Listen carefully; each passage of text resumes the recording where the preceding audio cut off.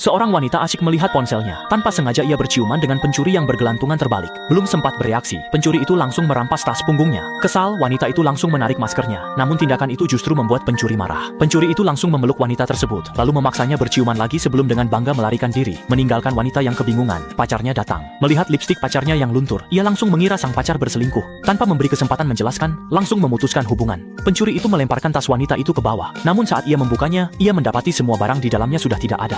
Wanita itu sangat marah, semua ini salah si pencuri. Bukan hanya mencuri barangnya, tapi juga membuatnya ditinggalkan pacarnya. Maka ia memutuskan untuk naik dan membalas dendam. Dia mengeluarkan ponselnya dan mengancam si pencuri, mengatakan sudah melapor polisi. Tak disangka, pencuri itu malah merebut ponselnya dan melemparkannya. Kini wanita yang kehilangan segalanya menangis keras, mempertanyakan mengapa pria memperlakukannya seperti itu. Padahal bulan ini dia dan pacarnya akan menikah. Mereka sudah saling kenal 8 tahun dan sangat mencintai. Pacarnya tampan, kaya, dan punya apartemen mewah. Tapi karena perbuatanmu barusan, semua itu hancur.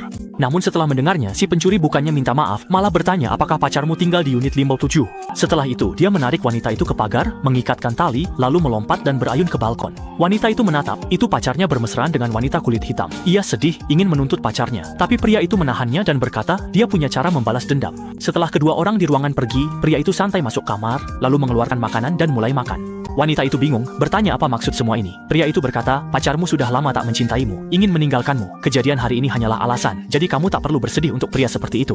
Daripada menangis, lebih baik melampiaskan perasaanmu di sini. Setelah mendengar itu, wanita itu mengambil gelas dan melemparkannya. Hatinya membaik, lalu mereka bersenang-senang. Pria itu menghancurkan, merusak, dan wanita itu tertawa karena ulah bad boy ini. Tatapannya pada pria itu berubah menjadi ketertarikan. Pria itu menjatuhkannya ke tempat tidur.